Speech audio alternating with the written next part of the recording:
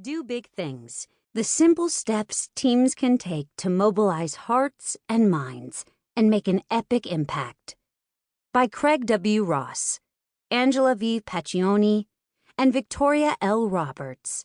Narrated by Dara Rosenberg. Changing and elevating behaviors is not an intellectual exercise. It's the business of the heart. Read me first. We are now ready to start on our way down the great unknown. We have an unknown distance yet to run, an unknown river yet to explore. What falls there are, we know not. What rocks beset the channel, we know not. What walls rise over the river, we know not.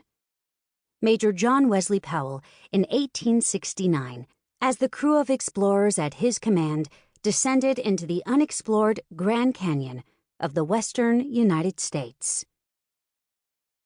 Your team is expected to deliver. Big. Like Powell's crew nearly 150 years ago, perhaps you're even embarking on an ambitious plan to do something that's never been done before. Your Grand Canyon in front of you is deep and fraught with risks, and if you're like most, you begin your journey amid swirling changes and scarce resources. Even though you may believe you personally have what it takes to deliver on your responsibilities, you wonder, is every person on the team truly committed and capable of bringing their best? Will the members of the team productively work together and become larger than the sum of individuals?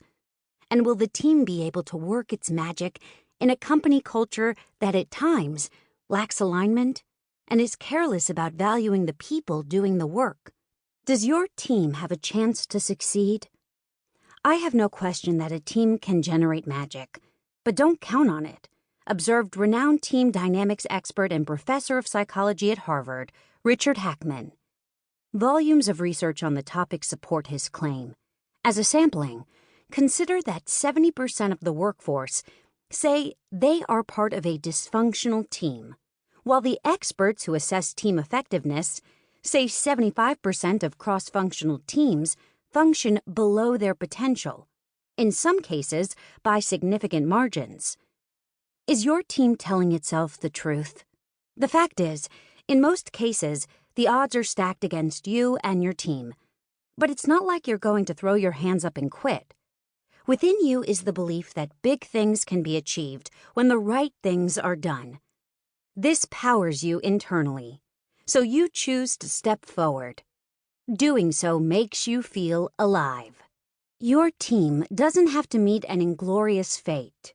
History, including as recently as yesterday, includes teams that have overcome the odds and achieved extraordinary feats. We know this because we've spent over 2 decades obsessed with teams that do big things. Specifically, we've pursued answering one question: how do they do it? Specifically, how do members of a successful team function together in the midst of churn and constant change to succeed when it seems they don't have a prayer of delivering your business imperative? We found the answer. As a part of an expanding team of professional development specialists, consultants, and coaches, we've invested over 65,000 hours observing and studying what teams do and don't do to deliver on their business imperative. Our work includes supporting leaders and teams at global companies including P&G, Nestle, Novartis, Cigna, Ford, Harley-Davidson, and others, as well as startups and those in academia, government, and nonprofits. In addition, we've studied teams in the world of sports, exploration, entertainment, and more. In each case, we found a common and undeniable pattern of steps, a code, successful teams use on their way to making a meaningful impact. Just like Powell's team left us all with a map we can now use to safely navigate the Grand Canyon, so there is a replicable framework with clear steps that your team, any team, can take to succeed and do big things. We want you to have and experience that process. That's what this book delivers. Teams that are ignorant about the severe odds they face or choose to deny the facts risk more than business results by rushing to their boat shouting, "We have to succeed."